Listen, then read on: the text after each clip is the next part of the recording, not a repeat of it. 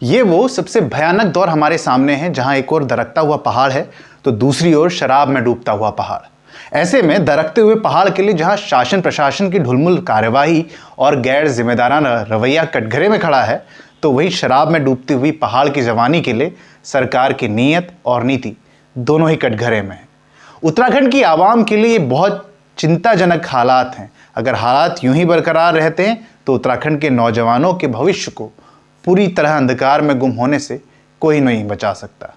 नशा नहीं रोजगार दो, उत्तराखंड के अतीत का एक प्रसिद्ध वाक्य था, लेकिन उत्तराखंडियों को क्या मालूम था कि आज तक केवल एक वाक्य ही बनकर रह जाएगा। सही मायने में नशा नहीं रोजगार दो केवल एक वाक्य नहीं बल्कि एक आंदोलन था, जो आज उत्तराखंड बनने के 22 साल बाद भी एक आंदोलन की तरह ही हमारे सामने खड़ा है, जिसकी अगुवाई करने वाले उत्तराखंड का नौजवान अभी तैयार नहीं है, बल्कि इसके विपरीत वह खुद नशे की गिरफ्त में कैद है। नशा नहीं रोजगार दो आंदोलन 2 फरवरी 1984 को अल्मोड़ा जिले के एक बस भीड़ा से शुरू हुआ था। उस दौरान उत्तराखंड संघर्ष वाहिनी एक ऐसे सामाजिक राजनीतिक संगठन के तौर पर सक्रिय थी जिसका मुख्य उद्देश्य तमाम तरह की सामाजिक बुराइयों को खत्म करना था। क्योंकि उत्तराखंड उस वक्त बुरी तरह नशा, पलायन, बेरोजगारी तथा शिक्षा जैसी अनेकों समस्याओं की चपेट में था, तो समाज के पढ़े लिखे तथा जागरूक नौजवान और नशे के दुष्प्रभाव से सबसे ज्यादा प्रभावित होने वाली महिलाएं इस आंदोलन में बढ़ चढ़कर भागीदारी करने लगी। नशे के कारण बर्बाद होती पीढ़ी दर पीढ़ी को देखते हुए सामाजिक राजनीतिक कार्यकर्ताओं तथा पत्रकारों ने शराब के अवैध कारोबार तथा सरकार द्वारा पूर्ण संरक्षण प्राप्त शराब माफियाओं के खिलाफ हल्ला बोलना शुरू किया। उस दौरान पत्रकार उमेश डोभाल हत्याकांड से सभी अच्छी तरह वाकिफ है। 17 फरवरी 1952 को जन्मे उमेश डोभाल ने पौड़ी टाइम्स, नैनीताल समाचार और अमर उजाला जैसे अखबारों के जरिए शराब के अवैध कारोबार के खिलाफ जमकर लिखा था। उस हत्याकांड के बाद आक्रोशित जनता की राजनीतिक सक्रियता और भी बढ़ गई।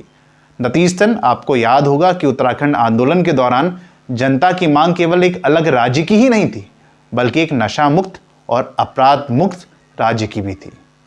पत्रकार उमेश डोभाल के अलावा और भी कई ऐसे व्यक्तित्व हैं जिन्हें नशे जैसी सामाजिक बुराई के खिलाफ लड़ाई लड़ने के बदले में मौत, मुकदमे, बदनामी और सामाजिक बहिष्कार के अलावा कुछ नहीं मिला। उसके अलावा ऐसी अनगिनत आत्महत्याएं हैं जिनकी एकमात्र वजह नशा है, नशे की लत है। आज नशा इंसान की सबसे बड़ी कमजोरी बन गया है। नशे की लत जो इंसान को गैर जिम्मेदार बना रही है, जानवर बना रही है, उसके दिमाग को अपाहिज बना रही है, जिसके कारण गृह क्लेश होते हैं, पीढ़ी की पीढ़ी बर्बाद होती है, महिलाओं की स्थिति और दयनीय होती है और समाज अपने वास्तविक और ज़रूरी मुद्दों से भटकता है। और इन सबका सीधा मुनाफा नशा माफियाओं और सरकार को होता है, क्योंकि सरकार की गलत नीतियों का विरोध करने वाले मुंह बंद हो जाते हैं। ये सरकार ही है कि एक तरफ वो शराब मुक्त समाज पर लंबे चौड़े भाषण देती है, लेकिन दूसरी तरफ शराब माफियाओं समेत खनन माफियाओं और भू माफियाओं को पनाह भी देती है। जनता को मूर्ख और अपाहिज बनाने का लाइसेंस उन्हें देती है। ये बात किसी से छुपी हुई नहीं है कि हमारे देश में कोई भी राजनीतिक पार्टी बिना शराब बांटे चुनाव नहीं जीतती, और जनता है कि एक बोतल शराब में मांस के कुछ टुकड़ों में अपने 5 साल, अपनी ताकत, अपना ज़मीर, अपनी सरकार को गिरवी रख देती है। गौर करने वाली बात है कि वो दौर अब बीत चुका है जब नशे के लिए मुख्य रूप से शराब का सेवन किया जाता था। मौजूदा वक्त में नशे का स्वरूप पूरी तरह बदल चुका है।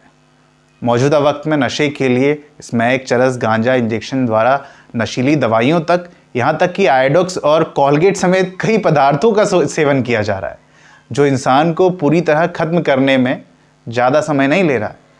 और इन नए नशीले पदार्थों की चपेट में सबसे ज़्यादा नौजवान और किशोर हैं। ऐसे में इस बात पर कोई शक नहीं है कि नशे की वजहों में कहीं ना कहीं बेरोजगारी एक बहुत बड़ी वजह है।